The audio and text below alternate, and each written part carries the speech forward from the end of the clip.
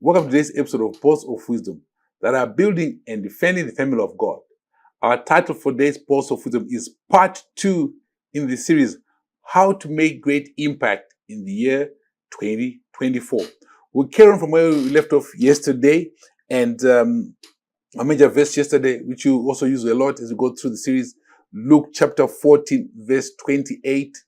In the New Living Translation, it's written, "But don't begin until you count the cost.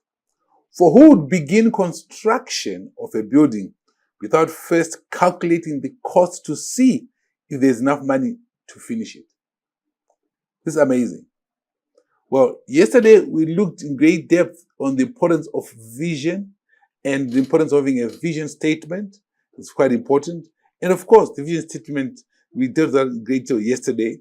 Now, today we're dealing with something that's very important as well. For you to have great impact in the year 2024, is you need to do what is famously known as a SWOT analysis, SWOT, SWOT analysis, with the letters standing for strengths, weaknesses, opportunities, and threats. You need to look at, when you're embarking on anything, you need to ask yourself, look at things. What are my strengths? What are my weaknesses? These are things that are very important. You need to ask, those are very important questions. And you need to know what are the answers to that? What are the opportunities? What are the threats? We looked at, the verse was telling us about what you do in building the house. So we looked at the vision. Now, you have the vision for the house. But now, if you want to embark on the building project, you got to look at various factors. What are my strengths? Hallelujah.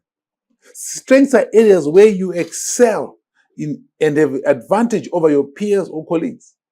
See, strengths, you excel, you have advantages over your peers or colleagues, whoever else is there. So ask yourself, as I am bound, what are my strengths? You want to be honest with yourselves. What are my strengths? It's very important to know your strengths. I famously had a statement, somebody said, people, if you want to get better, you'll be amazed. Each one of us has been gifted by God. There's at least one area God has gifted you. If only that area where God has gifted you is a strength for you. It's a strength for you. The gift of God cannot be taken away from you. So that gift that God has given you is your strength. If only you would work on improving that strength that gift God has given you, you'll be amazed. I read an article once and they did some research. They said that if somebody improves 90% on the area of great weakness, it should probably turn out to about 5% improvement in performance. And then they said if somebody improves just 10% in their area of gifting, it will work out to 95% improvement in performance. What's that telling us? What are your strengths?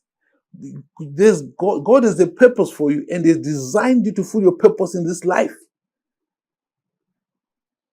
Work to get better at fulfilling God's purpose for your life. It's your strength. It's your strength. Don't be distracted and taken away from your strengths by other things in this world. Now, if you go to weaknesses, well, a weakness are specific parts of your life that leave you at a disadvantage and might probably need improvement. Now, you have a weakness.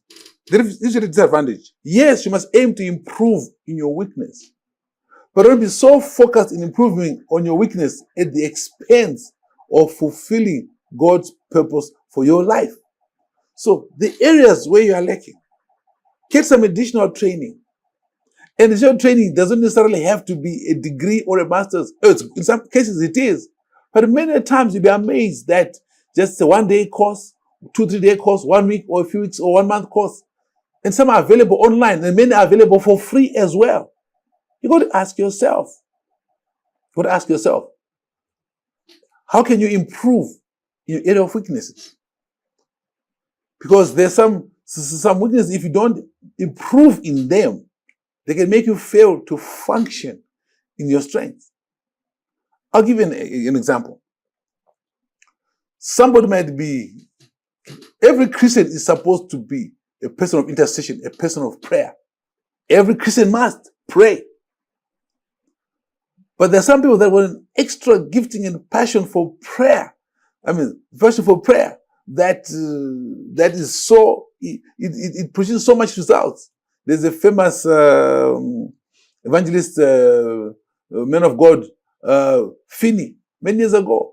And he famously talked about how important it was for prayer to be a part of your life.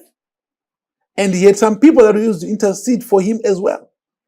And it was also known that when he came into a place, even though he was an evangelist, he came into a place and he prayed. Even the bars would empty. You understand? The bars would empty. That's how powerful he was. All right? So prayer, he was very passionate in that. But then you can have some people, they might not pray at that same level. But as a Christian, you must pray. You have time to pray. Remember Jesus, when he was, Jesus prayed a lot. He prayed a lot.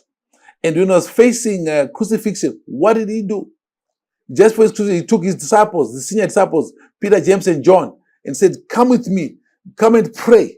And he took them to a mountain to pray, and he left them at a place, and he went away to pray for about an hour. He asked them to pray for an hour. And they slept.